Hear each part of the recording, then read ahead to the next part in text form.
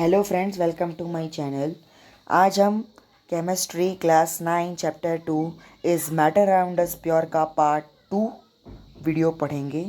Part 1 video मैंने पहले से ही यूट्यूब में अपलोड कर दिया है। अगर आपने वो वीडियो नहीं देखी है तो आप मेरी चैनल में जाके आसानी से देख सकते हैं, या फिर मैं उस पार्ट 1 वीडियो की लिंक डिस्क्रिप्शन बॉक्स में दे दूँगा। हमने पार्ट 1 वीडियो में कंसंट्रेशन ऑफ सॉल्यूशन तक पढ़ लिया था, या फिर हम बोल सकते हैं कि हमने ऑलमोस्ट आधा चैप्टर पूरा कर लिया था, और जो बाकी का जो चैप्टर बचा है आज हम पूरा करने वाले हैं। तो उसका पहला टॉपिक आता है मिक्सचर के कंपाउंड्स को कैसे सेपरेट करते हैं। तो हेट्रोजीनस मिक्सचर के कंपाउंड्स को सेपरेट करना बहुत ही आसान है, क्योंकि उसका पार्टिकल साइज बहुत ज़्यादा होता है और वो आसानी से सिंपल और फिजिकल मेथड से सेपरेट हो जाता है। सिंपल मेथड्स कौन कौन सी? तो hand picking, sieving, filtration, winnowing etcetera. और हम कोई स्पेशल टेक्निक्स भी यूज़ करते हैं मिक्सचर के कंपाउंड्स को सेपरेट करने के लिए, जो कि है evaporation, centrifugation, separating funnel, sublimation, chromatography, distillation, fractional distillation. और एक मेथड और यूज़ होती है जो हम सॉलिड्स को प्योरीफाई करने के लिए करते हैं, जो मेथड का नाम है क्रिस्टलाइजेशन। तो इवापोरेशन शुरू करते हैं। शुरू करने से पहले मैं आपको बता दूं कि इसमें इम्पॉर्टेंट होता है उनका प्रिंसिपल याद रखना। आप डेफिनेशन चाहे याद रखो कि ना रखो, प्रिंसिपल आपको याद रखना ही रखना है। तो मैं प्रिंसिपल बताऊंगा, आप उसको नोट करते रहना। तो इवापोरेशन मेथड का प्रिंसिपल होता है use for separating A volatile component from non volatile component. बस वोलेटाइल कंपोनेंट क्या होता है? जो इवापोरेट हो जाए। और नॉन वोलेटाइल कंपोनेंट क्या होता है? जो इवापोरेट ना हो। सपोज करो कि हमने इंक का मिक्सचर लिया है और उसमें हमने थोड़ा वाटर मिला दिया। अब हमको उसको सेपरेट करना है। तो आप क्या करो, थोड़ा सा इंक को डिश में ले लो और उसको हीट करो। थोड़ी देर बाद क्या देखोगे, वॉलेटाइल कंपोनेंट यानी कि वाटर इवापोरेट हो जा रहा है, और नॉन वोलेटाइल कंपोनेंट जो कि डाई डिश में ही लेफ्ट है। इससे हम क्या कंक्लूजन निकाल सकते हैं कि वोलेटाइल कंपोनेंट सॉल्वेंट है और नॉन वोलेटाइल कंपोनेंट सल्यूट है। वोलेटाइल कंपोनेंट सॉल्वेंट है, इसका मतलब क्या है कि वो लार्जर अमाउंट में प्रेजेंट है, और नॉन वोलेटाइल कंपोनेंट सॉल्यूट में प्रेजेंट है, इसका मतलब यह है कि वो स्मॉल अमाउंट में प्रेजेंट है। क्योंकि सल्यूट और सॉल्वेंट का डेफिनेशन ही ये होता है रिस्पेक्टिवली। अब सेंट्रीफ्यूगेशन शुरू करते हैं। सेंट्रीफ्यूगेशन में आप क्या करते हो, इसका प्रिंसिपल होता है separating a mixture on the basis of density. Density के बेसिस पे हम इसके मिक्सचर को सेपरेट करते हैं। सपोज़ करो हमने मिल्क को सेंट्रीफ्यूगिंग मशीन में लिया है और उसको हम स्पिन कर रहे हैं रैपिडली। तो थोड़ी देर बाद हम क्या देखेंगे कि क्रीम मिल्क से सेपरेट हो रहा है, क्योंकि क्रीम मिल्क से लेस डेंस में प्रेजेंट है। बस यही सेंट्रीफ्यूगेशन था। इसका प्रिंसिपल याद रखना, on the basis of density. Separating funnel शुरू करते हैं। सेपरेटिंग फनल का भी प्रिंसिपल यही होता है, depending on the density they separate their mixture into different layers. और इसमें हम इमिसिबल लिक्विड्स सेपरेट करते हैं। इमिसिबल लिक्विड्स कौन ऐसे लिक्विड्स होते हैं जो मिक्स प्रॉपरली ना हो। सपोज़ करो हमने ऑयल और वाटर को लिया है, तो ऑयल और वाटर भी एक इमिसिबल लिक्विड्स है। चाहे अपनी पूरी ज़िंदगी भी लगा दो, उसको हिलाते रहो, फिर भी वो मिक्स नहीं होगा।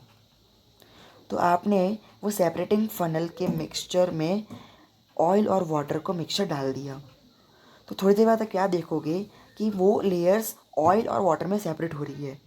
तो वाटर नीचे बैठ जाएगा और ऑयल है वो ऊपर चला जाएगा। और हम इसमें एक स्टॉप कॉक लगाते हैं, या फिर आप नॉब बोलो, उसको हम खोलेंगे तो वाटर निकल जाएगा, और फिर हम जैसे ही वाटर पूरा निकल जाए तो स्टॉप कॉक को बंद कर देंगे। जिससे क्या होगा कि ऑयल जो बचा हुआ है वो सेपरेटिंग फनल में ही रहेगा और वाटर एक बीकर में आ जाएगा। बाद में आप दूसरा बीकर लेके ऑयल को भी निकाल सकते हो। ये आपके ऊपर डिपेंड करता है कि आपको निकालना है कि नहीं निकालना। सब्लिमेशन पढ़ते हैं। सब्लिमेशन का प्रिंसिपल होता है separating a mixture of A sublimable component from a non sublimable component. Sublimable component क्या होते हैं? जो सब्लाइम एयर में आसानी से हो जाए, और नॉन सब्लिमाइल कंपोनेंट वो होते हैं जो सब्लिमाइल नहीं हो। अब इस सब्लिमेबल कंपोनेंट के कुछ एग्जांपल्स है जो कि आपको याद रखने चाहिए, जो कि है कैम्फर। कैम्फर क्या? ये कपूर जो हम पूजा में जलाते हैं। Ammonium chloride, anthracene, naphthalene balls etcetera.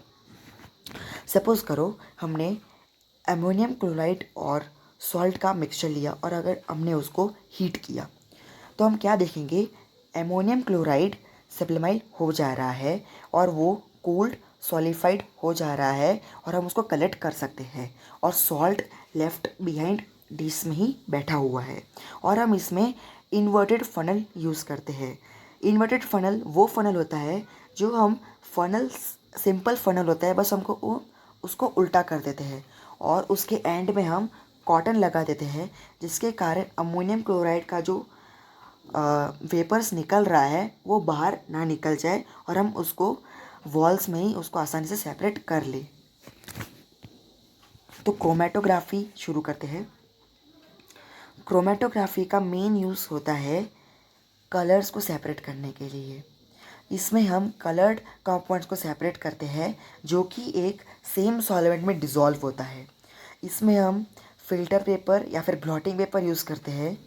तो आप क्या करो, एक इंक का ड्रॉप उसके पेपर की डीप एंड में सेंटर में छोड़ दो और उसको थोड़ी देर बाहर खुली एयर में सूखने दो।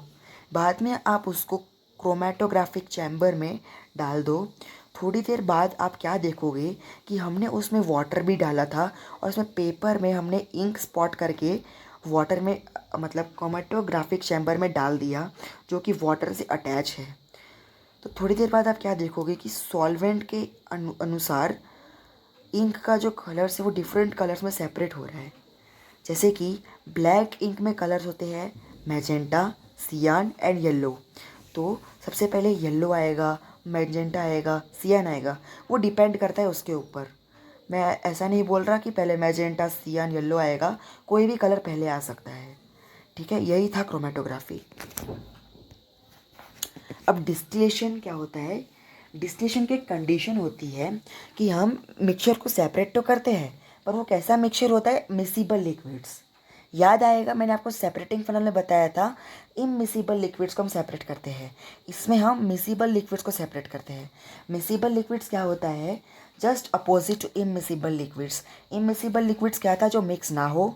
और डिस्टिलेशन में मिसिबल लिक्विड्स यूज़ होते हैं, जो मिसिबल लिक्विड्स होते हैं जो मिक्स हो जाए। तो ये 2 टाइप्स के होते हैं, सिंपल डिस्टिलेशन और फ्रैक्शनल डिस्टिलेशन। तो सिंपल डिस्टिलेशन शुरू करते हैं। It is used for separating immiscible liquids whose boiling point is greater than 25 degree Celsius.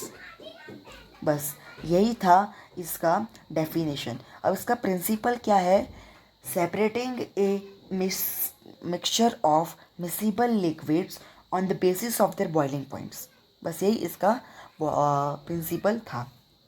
Suppose करो आपने एसीटोन और वाटर का मिक्सचर लिया है और आप उसको डिस्टिलेशन फ्लास्क या फिर डिस्टिलेशन apparatus में हीट करते हो। तो आप थोड़ी देर बाद क्या देखोगे कि एसीटोन, जिसका बॉइलिंग पॉइंट वाटर से कम है, एसीटोन का बॉइलिंग पॉइंट और वाटर का बॉइलिंग पॉइंट आप मुझे कमेंट सेक्शन में बताना। मैं आपको वाटर का बॉइलिंग पॉइंट बता देता हूँ 100 डिग्री सेल्सियस, तो आप मुझे एसीटोन का बॉइलिंग पॉइंट कमेंट सेक्शन में ज़रूर से बताना। तो हम क्या देखेंगे? एसीटोन मतलब वेपर फॉर्म में पहले ही बॉईल हो जा रहा है और हम उसको कूल कंडेंस करके सेपरेट वाटर से एक सेपरेटिंग रिलीजिंग बीकर में सेपरेट कर सकते हैं, या फिर आप बोलो कि हम उसको कंडेंसर में जब वो लिक्विड जाएगा तो हम उसमें कोल्ड वाटर डालेंगे, जिसके कारण वेपर वाटर में फिर से कन्वर्ट हो जाए। हमको तो लिक्विड ही चाहिए था, हमको वेपर तो चाहिए नहीं था। तो हम वही करेंगे जो मैंने अभी आपको बताया।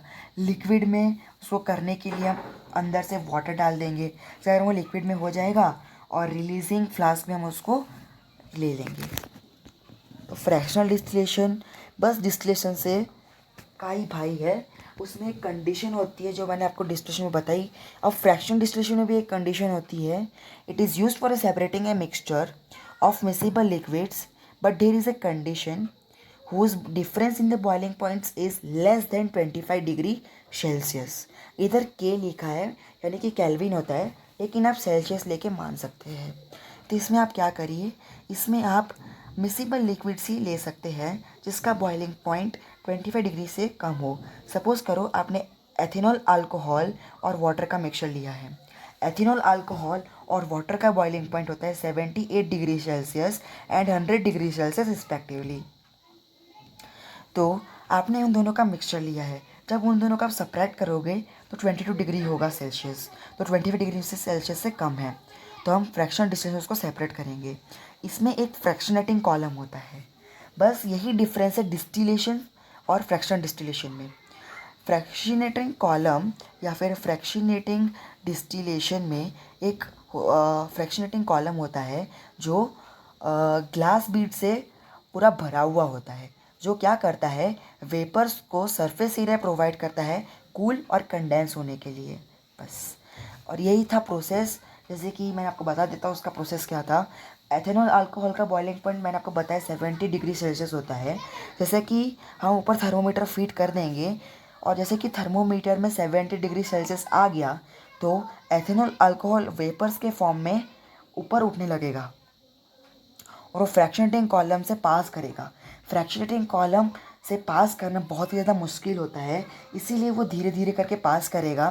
जैसे कि वो पास कर लेगा, बाकी का डिस्टिलेशन का ही प्रोसेस है। जैसे कि हम उसमें कंडेंसर में जाएगा, हम वाटर इन करेंगे जिसके कारण वो लिक्विड फॉर्म में कन्वर्ट हो जाएगा और उसको हम रिलीजिंग फ्लास्क में लेके ले लेंगे।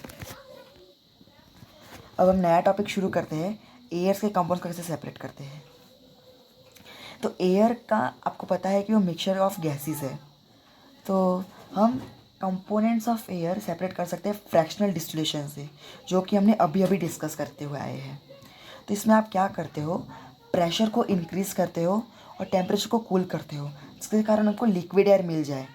तो हम लिक्विड एयर में हम क्या करते हैं, उसको वार्म अप करते हैं फ्रैक्शन डिस्टिलेशन कॉलम में, so that the different components of the air separate at different Heights depending on their boiling points.